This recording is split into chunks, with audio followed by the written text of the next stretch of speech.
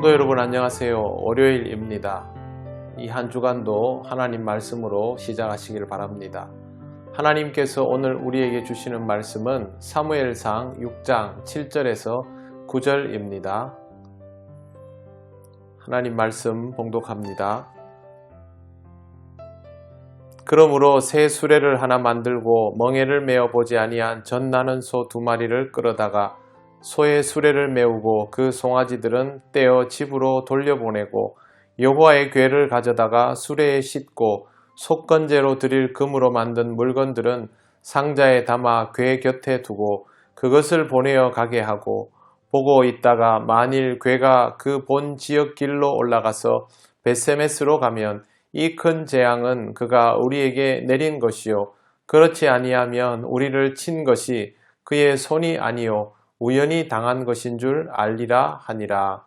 아멘.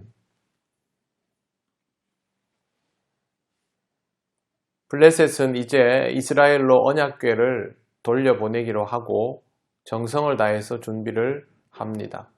블레셋이 어떤 준비를 했는지는 오늘 말씀을 통해 확인할 수 있습니다.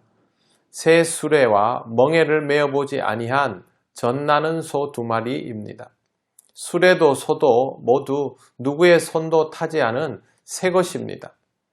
왜 이렇게 새 것을 준비할까요?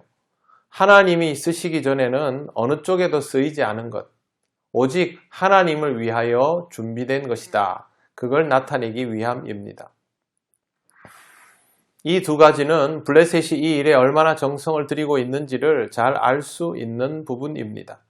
방법은 잘 모르지만 마음과 정성을 다해 돌려보내야 한다라는 것을 알았기 때문에 이렇게 최선을 다하고 있습니다.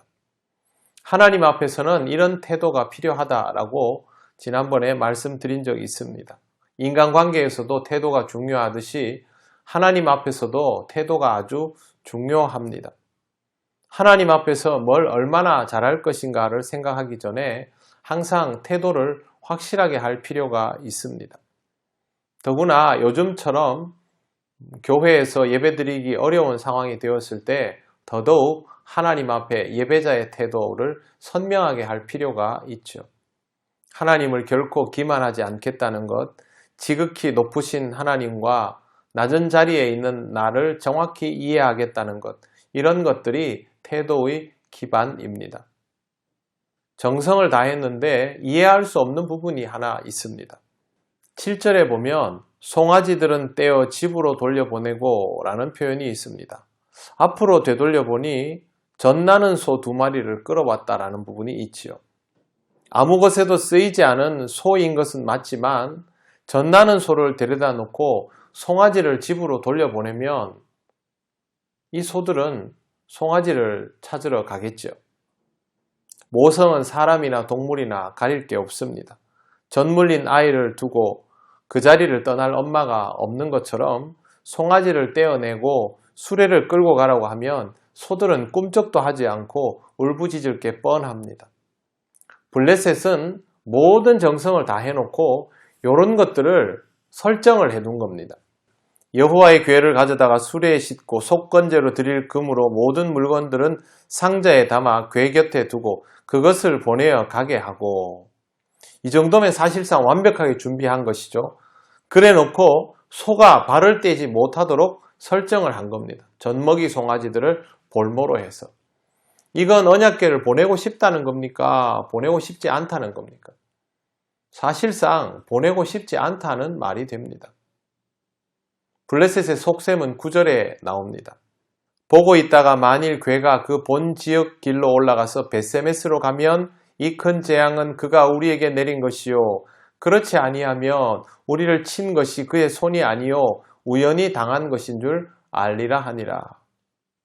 만약 수레를 끄는 소가 벳세메스로 가면 이 재앙은 하나님이 우리한테 내린 게 확실하게 맞고, 그렇게 가지 않으면 우리를 향해 내린 재앙이 아니라 어떤 재앙이 우연히 우리에게 오게 된 것이다. 이렇게 해석을 하려는 것이죠. 하나님이 무섭지만 어떻게 하면 인정하지 않고 이 상황을 지나갈 수 있을까? 그런 생각을 하고 있는 것입니다. 좀 전에도 말씀드렸지만 젖 물린 소를 SMS로 몰면 가지 않을 가능성이 99.9%입니다. 하나님을 두려워하면서도 하나님 때문에 벌벌 떨면서도 어떻게든 자신의 죄를 모면해 보려는, 자기를 정당화시켜 보려는 그런 의도를 볼 수 있습니다. 잘못을 했다고 생각하면서도 자신들의 잘못이 아니기를 바라는 이 묘한 마음, 다른 누구도 아닌 우리에게도 있습니다. 그럼 우리는 이런 시도를 하지 않을까요? 우리도 합니다.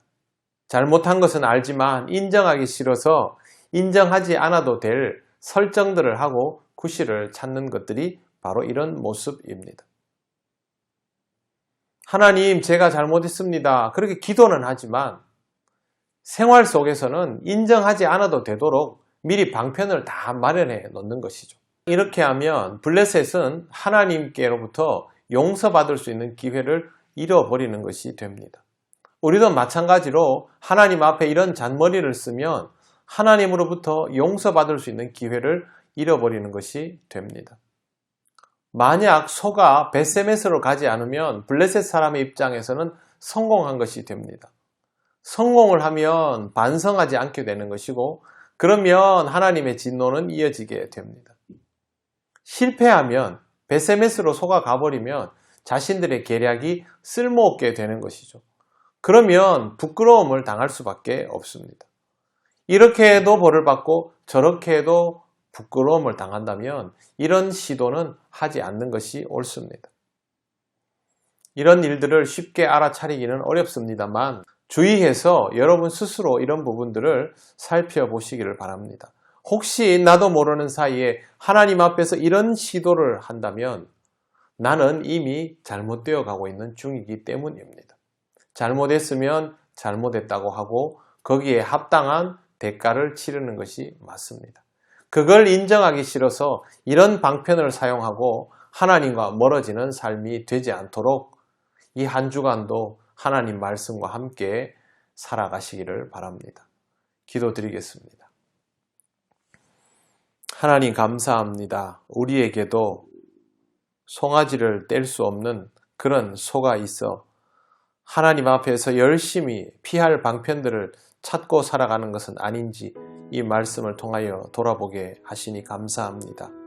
하나님 아버지, 하나님 앞에서 요령 부리고 머리 쓰는 그런 어리석은 인생이 되지 않게 하시고 순전한 마음으로 하나님 앞에 나와서 회개하고 하나님의 용서를 얻어 복되고 또 희망찬 삶을 살아갈 수 있는 우리들 되게 하여 주옵소서. 이 한 주간도 하나님과 동행할 수 있는 삶이 되기를 원하오며 예수님 이름으로 기도드립니다. 아멘.